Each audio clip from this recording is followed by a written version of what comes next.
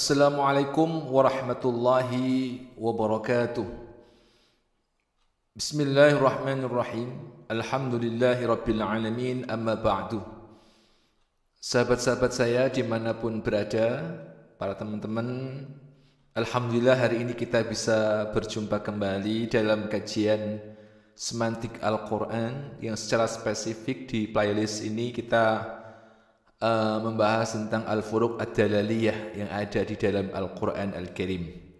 Sebagaimana informasi yang saya sampaikan di sosial media bahwa pertemuan kita di pertemuan ini dan beberapa episode mendatang, kurang lebih sekitar 5 episode, kita akan mengkaji secara spesifik 10 kata, 10 mufradat yang ada di dalam Al-Quran, di mana 10 mufradat atau 10 kata ini dinilai, dianggap oleh para linguis Arab, para mufassir sebagai kata yang memiliki kemiripan makna atau kata yang bersinonim. 10 kata yang kami maksudkan tadi itu adalah sebagaimana yang saya cantumkan di slide itu, bisa teman-teman lihat. Yang pertama, kata al-khati'ah. Yang kedua al-ithmu, kemudian al-junah, al-hub, al-zanbu, al-zalal, al-sayyi'ah, al-fahishah, kemudian al-munkar dan al-wizru. Ini 10 mufradat atau 10 kosakata di dalam Al-Quran yang bersinonim. Nah, untuk pertemuan kali ini kita akan lebih spesifik mengkaji salah satu dari 10 tadi itu, yaitu kata al-khata' yang ada di dalam Al-Quran Al-Karim. Baiklah, sebagaimana biasanya kita awali dengan analisis leksikal dulu, bagaimana makna mu'jami yang dikandung oleh kata ini. Teman-teman bisa lihat di slide itu bahwa ketiga kata, jadi kata al-khata' itu juga ada kata yang mirip, kata yang sama, yaitu kata al-khati'ah dan kata al-khit'u. Ketiga kata ini sama-sama digunakan di dalam Al-Quran, dan ketiga kata ini berangkat dari derivasi yang sama, yaitu diderivasi dari kata khatayakhtu yang menyatakan makna ta'adda asy-syai'u, itu sesuatu yang melampaui batas. Artinya suatu perbuatan yang melampaui batas sesuatu itu disebut dengan khata' atau kesalahan.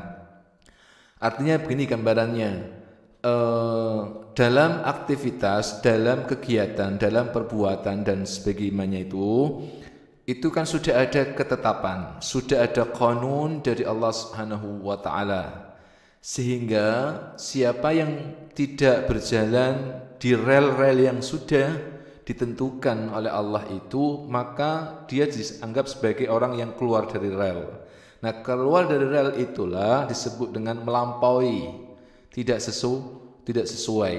Maka orang yang keluar dari rel yang sudah ditetapkan oleh Allah itu namanya al-khata', orang yang melakukan kesalahan atau orang yang melampaui batas rel yang sudah ditetapkan. Seakan-akan seperti itu pemaknaannya. Baiklah, kemudian ada pendapat ulama sebagaimana yang ada di slide itu.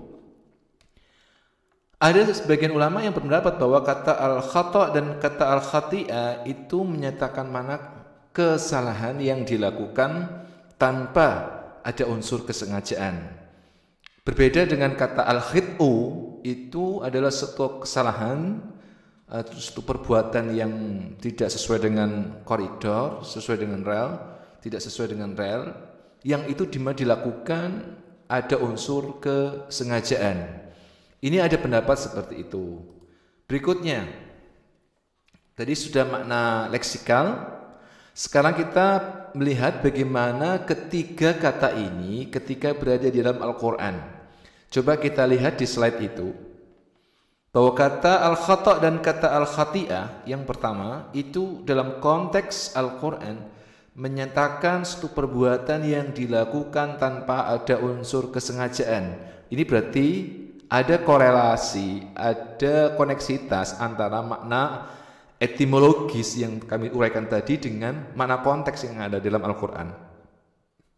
Coba kita lihat itu di dalam surat An-Nisa ayat 92. Di situ ada dua kata khata' dalam ayat ini.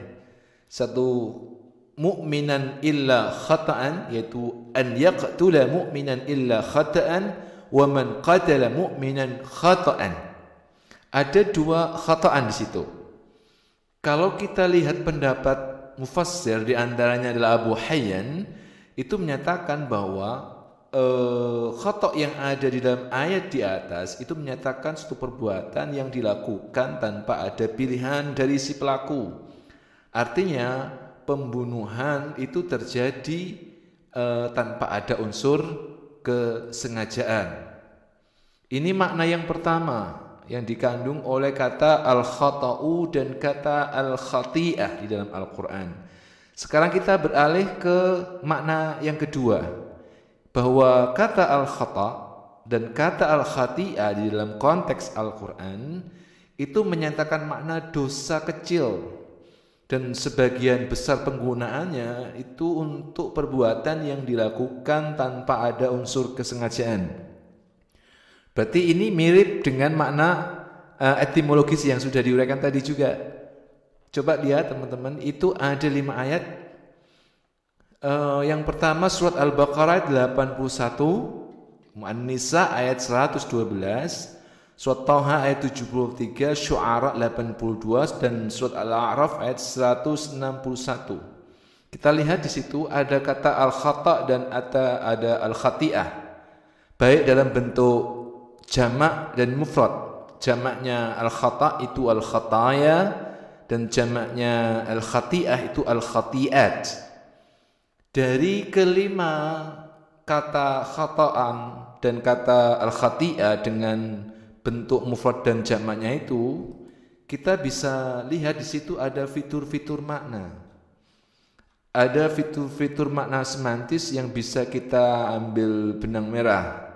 Seperti yang kami jelaskan di slide itu.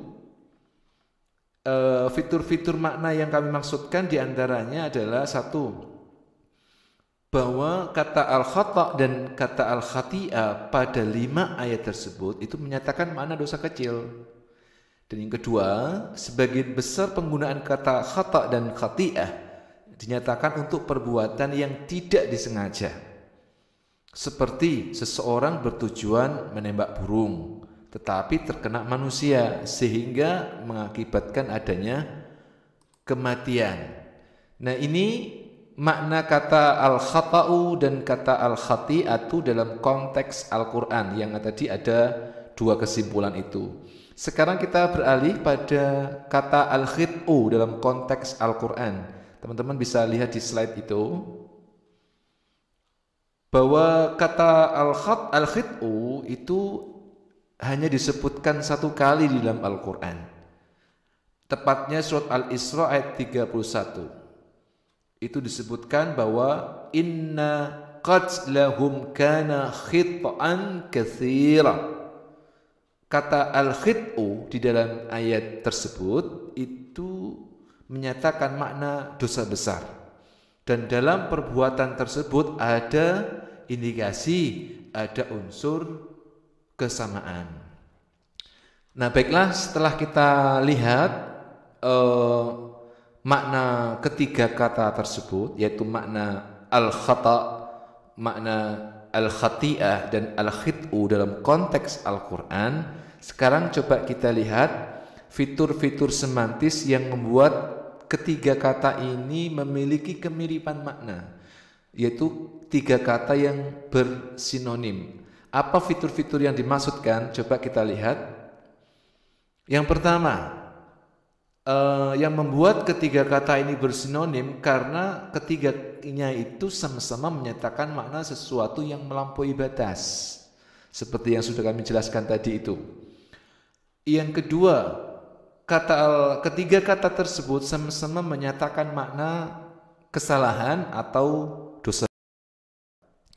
Dengan demikian, makna konteksnya kata al-khit'u dan al-khati'ah serta kata al-khata'u di dalam konteks Al-Quran itu memiliki korelasi, memiliki koneksitas antara makna kontekstualitasnya dengan makna mu'jaminya. Ini dapat kita tarik benang merah bahwa Al-Quran begitu sangat cermat, begitu sangat teliti, begitu memperhatikan bagaimana sebuah kata itu digunakan di masyarakat Arab pada saat itu, kemudian kata itu ketika digunakan oleh Al-Quran pun juga tidak lepas dari makna ketika kata itu berada di konteks sosial. Baiklah, kemudian kita beralih kepada furuk dalaliyahnya. Apa perbedaan-perbedaan? Apa fitur-fitur semantis yang bisa membedakan ketiga kata tersebut? Coba kita lihat teman-teman, itu saya menyebutkan ada dua di situ. Yang pertama, kata al-khata' dan kata al-khati'ah menyatakan makna dosa kecil dan umumnya dilakukan dengan tidak sengaja. Yang kedua, kata al-khit'u menyatakan makna kesalahan atau dosa yang dilakukan dengan unsur kesengajaan. Ini makna yang dikandung dari ketiga kata tersebut. Semoga bisa dipahami. Kita insya Allah akan melanjutkan pada pertemuan berikutnya masih pada 10 kosakata yang sudah kami sebutkan itu tentang kata 10 kosakata yang bermakna dosa atau kesalahan. Wallahu a'lam bishawab. Wassalamualaikum warahmatullahi wabarakatuh.